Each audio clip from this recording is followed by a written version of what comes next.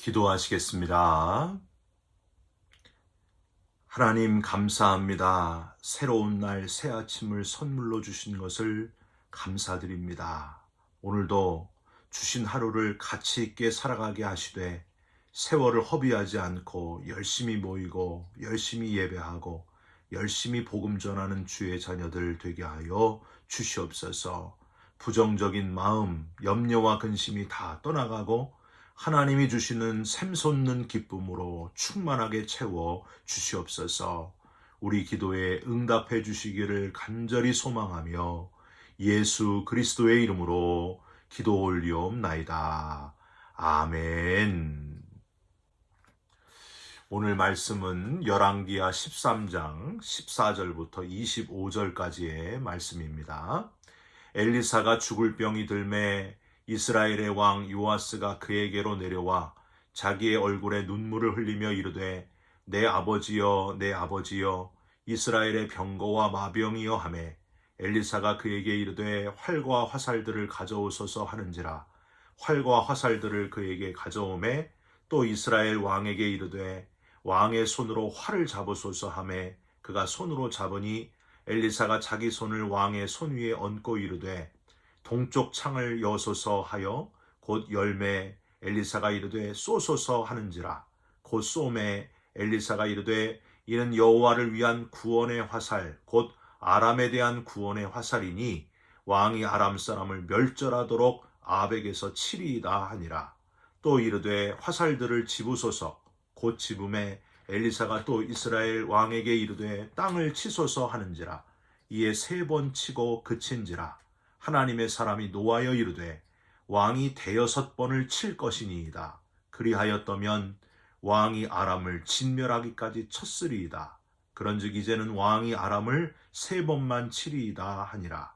엘리사가 죽으니 그를 장사하였고 해가 바뀜에 모압 도적대들이 그 땅에 온지라. 마침 사람을 장사하는 자들이 그 도적대를 보고 그의 시체를 엘리사의 묘실에 들이던짐에 시체가 엘리사의 뼈에 닿자 곧 회생하여 일어섰더라. 여호아하스 왕의 시대에 아람 왕 하사엘이 항상 이스라엘을 학대하였으나 여호와께서 아브라함과 이삭과 야곱과 더불어 세우신 언약 때문에 이스라엘에게 은혜를 베풀며 그들을 불쌍히 여기시며 돌보사 멸하기를 즐겨하지 아니하시고 이때까지 자기 앞에서 쫓아내지 아니하셨더라.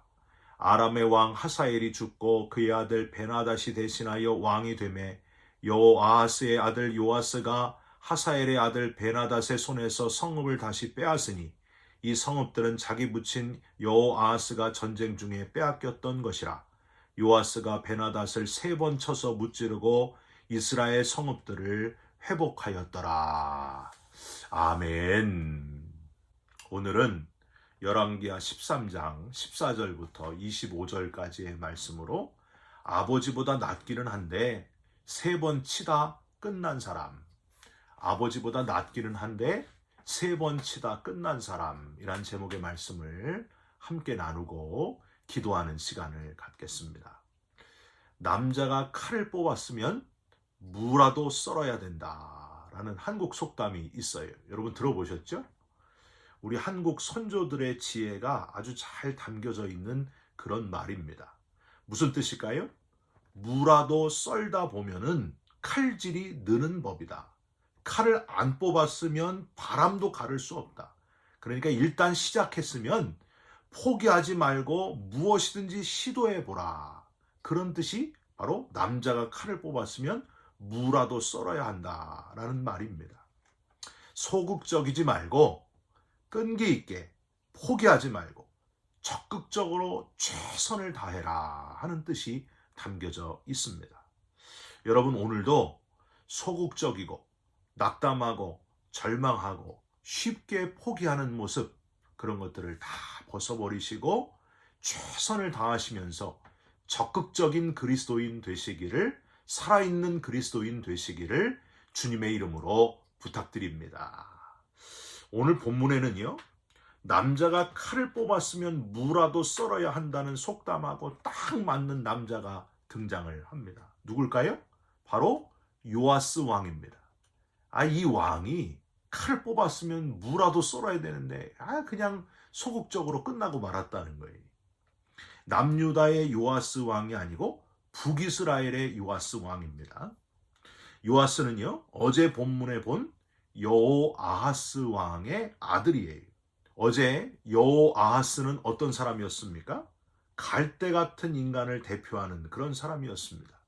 하나님은 항상 변함이 없으신데 우리를 꾸준히 사랑하시고 지켜보시는데 인간은 왜 그렇게 쉽게 마음이 변하는지, 이리 갔다 저리 갔다 하는지 여호아하스 왕은 범죄했지만 하나님께 회개함으로 하나님이 그를 구원하시고 구원자를 보내주셨는데 금방 다시 여로보암의 집에서 떠나지 않고 아세라 목상을 그대로 두었고 섬기다가 결국에는 하나님이 그 백성들을 멸절하시고 짓밟아 아주 2배로 벌을 주셨다. 땅에 티끌같이 되게 하셨다. 심판하셨다. 하는 내용을 어제 함께 나누었습니다. 아버지 여호아하스가 이름만 여호와께서 붙드는 자였지 이렇게 이리 바꾸고 저리 바꾸고 하다가 허무하게 끝나는 것 2배로 심판받는 모습을 분명히 보았을 텐데 아들인 이 요아스 왕도요 역시 북이스라엘을 16년 동안 다스리는 동안에 전체적으로 보기에 여호와 보시기에 악을 행했다 하고 평가를 받고 있습니다. 사랑하는 성도 여러분, 분명히 부모가 잘못하는 모습을 봤으면 그걸 답습하면 안 되잖아요. 그런데 이 요아스 왕이 그걸 답습했다는 거예요. 사랑하는 성도 여러분, 내 자녀 보기에 부끄러운 이름과 다른 아버지 어머니가 아니라 적어도 자녀가 보기에 가장 떳떳하고 자랑스러운 그런 부모가 되시기를 주님의 이름으로 부탁드립니다.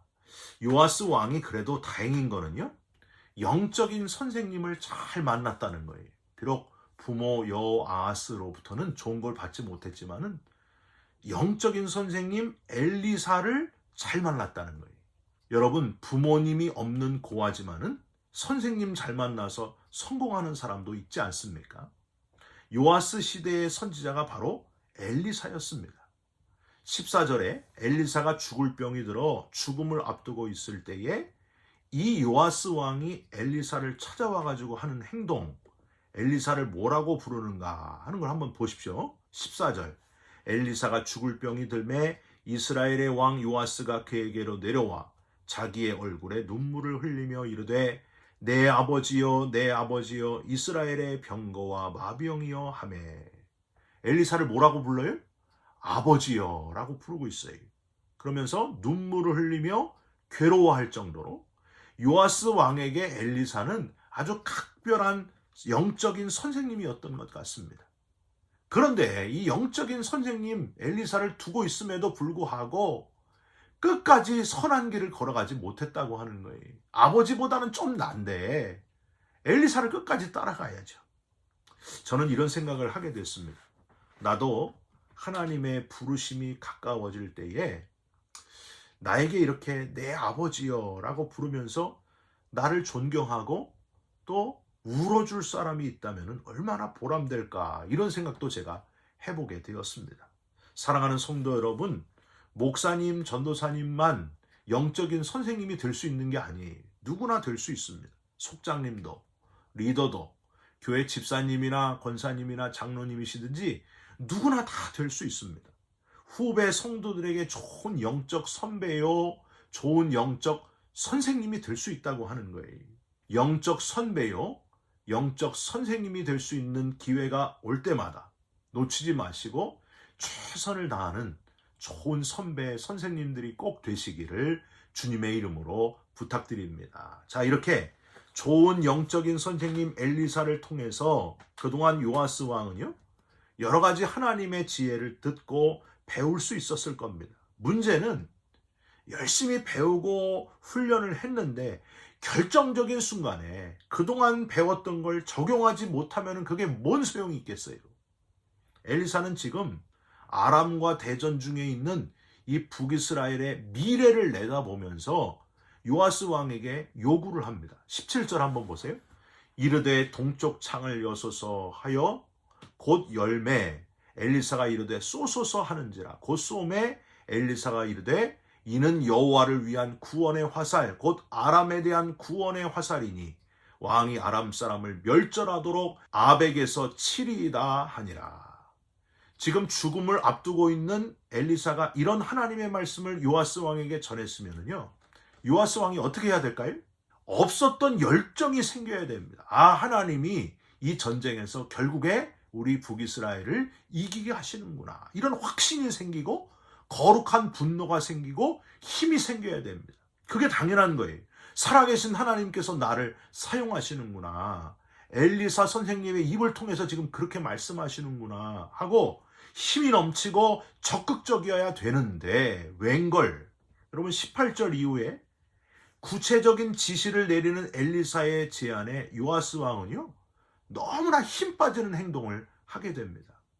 18절 화살들을 짚고 땅을 치소서 그랬더니 18절 끝에 어떻게 했어요? 몇 번 칩니까?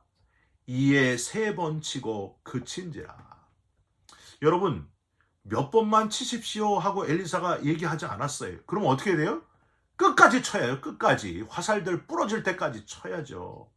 하나님 아람군 남김없이 멸하소서 하고 화살들 다 부러지도록 이렇게 치소서 그렇게 해야 될 텐데 아유 답답해요. 안타깝게도 딱 3번만 치고 말았다는 거예요. 19절에 이 소극적인 모습을 보면서 엘리사가 화가 났습니다. 하나님의 사람이 노하여 이르되 왕이 5번을 칠 것이니이다. 이 말은 최소한 5번만이라도 좀 적극적으로 쳤으면 좋았을 거를 왜 3번만 칩니까? 이렇게 한탄하면서 이야기하는 거예요. 그리하였더라면 왕은 아람을 진멸하기까지 쳤으리이다.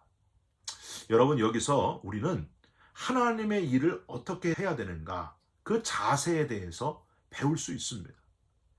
5번을 칠 것이니이다. 즉 적극적으로 최선을 다해 할 수 있는 한 최선을 다해 해야 된다는 거예요. 하나님이 내게 무슨 일을 맡기실 때 못해도 부족해도 열심히 최선을 다하는 거예요. 적극적으로 하는 거예요. 그런 사람을 하나님이 기뻐하십니다. 대충 억지로 해서는 안 된다는 것. 딱 3번만 쳐서는 안 된다는 거예요. 여러분 우리가 잘 아는 이 산지를 내게 주소서. 누가 한 말이? 85세 된 갈렙이 한 말이에요. 갈렙이. 가나안을 쳐들어갈 때에 이 산지를 내게 주소서. 85세인데도 아주 당당하고 팔팔하게 이렇게 요구를 하고 있는 거예요. 거인 아낙 자손이 거기 살고 있을지라도 험한 산지일지라도 그 성읍들이 크고 견고할지라도 여호와께서 나와 함께 하시면 내가 그들을 쫓아내리이다. 할렐루야. 이 얼마나 힘이랍니까? 85세 갈렙이 이랬다는 거예요. 여러분 나이가 문제가 아닙니다. 건강이 문제가 아닙니다. 자세가 중요하다고 하는 거예요. 사랑하는 성도 여러분, 지금 내가 신앙생활을 어떻게 하고 있는가 한번 점검해 보시길 바랍니다. 내 자세를 점검하세요. 요아스 왕처럼 3번 치고 말고 있는지 억지로 힘 다 빠져가지고 하고 있는지 겨우겨우 그냥 하고 있는지 아니면 갈렙처럼 이 산지를 내게 주소서 여호와께서 나와 함께 하시면 내가 그들을 쫓아내리이다. 이렇게 하고 있는지 여러분 어떻게 지금 하고 계십니까? 우리가 믿고 있는 하나님은요 사람이 만든 여러 우상들 중에 하나가 아니에요. 종교 중에 하나가 아닙니다. 만물을 지으신 분이 하나님이시고 역사를 이끌어 가시는 분이 하나님이시고 시간을 창조하신 분이 하나님이시고 시간의 창조주와 주관자까지 되시는 분, 우리의 생사화복을 주관하시는 분이 바로 하나님이십니다. 할렐루야. 엘리사가 죽을 때 일어난 일, 오늘 본문에 엘리사가 죽고 나가지고 일어난 일을 보면은요, 하나님께서 우리의 생사화복을 주관하시는 분이라는 사실이 아주 확실하게 드러납니다. 여러분 성경에 나오는 모든 선지자 중에 유일하게 이 엘리사 선지자에게만 나타났던 신기한 기적이 오늘 본문에 나와 있습니다. 선지자가 이미 죽었어요. 죽었는데 죽은 몸인데도 하나님의 능력이 선지자 엘리사에게 나타났다는 거예요. 20절 보십시오. 엘리사가 죽으니 그를 장사하였고 해가 바뀜에 모압 도적대들이 그 땅에 온지라. 21절 마침 사람을 장사하는 자들이 도적대를 보고 그의 시체를 엘리사의 묘실에 들이던짐에 시체가 엘리사의 뼈에 닿자 곧 회생하여 일어섰더라. 죽은 사람을 장사하러 무덤에 안치하러 갔다가 모압 도적대들을 보고 걸음아 나 살려라 하고 시신을 엘리사 묘실에 던지고 갔는데 그 시체가 엘리사 뼈에 닿아서 벌떡 일어나 살아났다는 거예요. 아마 이를 보고서요 모압 도적대도 깜짝 놀라 도망갔을 거예요. 여러분, 이런 신비한 일이 일어났다고 하는 겁니다. 이게 엘리사가 대단해서 그래요? 아니에요. 죽은 엘리사 선지자를 통해서도 역사하시는 놀라우신 하나님, 죽은 자를 통해서도 생사화복을 다 주관하시는 하나님이라는 확실한 증거가 바로 여기 나오지 않습니까? 신비로우신 하나님의 능력. 여러분, 저와 여러분의 하나님은 죽은 자의 하나님이 아니라 산 자의 하나님이심을 믿으시기 바랍니다. 그냥 사는 것이 아니라 영원히 살게 하시는, 영생을 주시는 영혼의 하나님. 웨슬리 목사님은요, 성도들에게 항상 뜨겁게 찬송하라고 했습니다. 기운차게 찬송하십시오. 그리고 용감하게 찬송하십시오. 맥이 빠진 사람처럼 혹은 조는 사람처럼 찬송하지 마십시오. 음성을 높여서 힘차게 찬송하십시오.